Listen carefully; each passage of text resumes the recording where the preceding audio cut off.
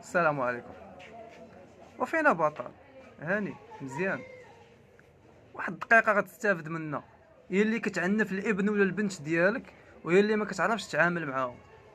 بالنسبه لهاد الظاهره هادي، فالناس اللي ما كيعرفوش يتعاملوا مع ولادهم فاش كيكونوا صغار تتربي عندهم واحد القضيه اللي كتسمى في علم النفس الودوكسافوبيا، وانواع من الفوبيا، واللي المعنى ديالو هو الخوف من ابداء الراي امام الناس.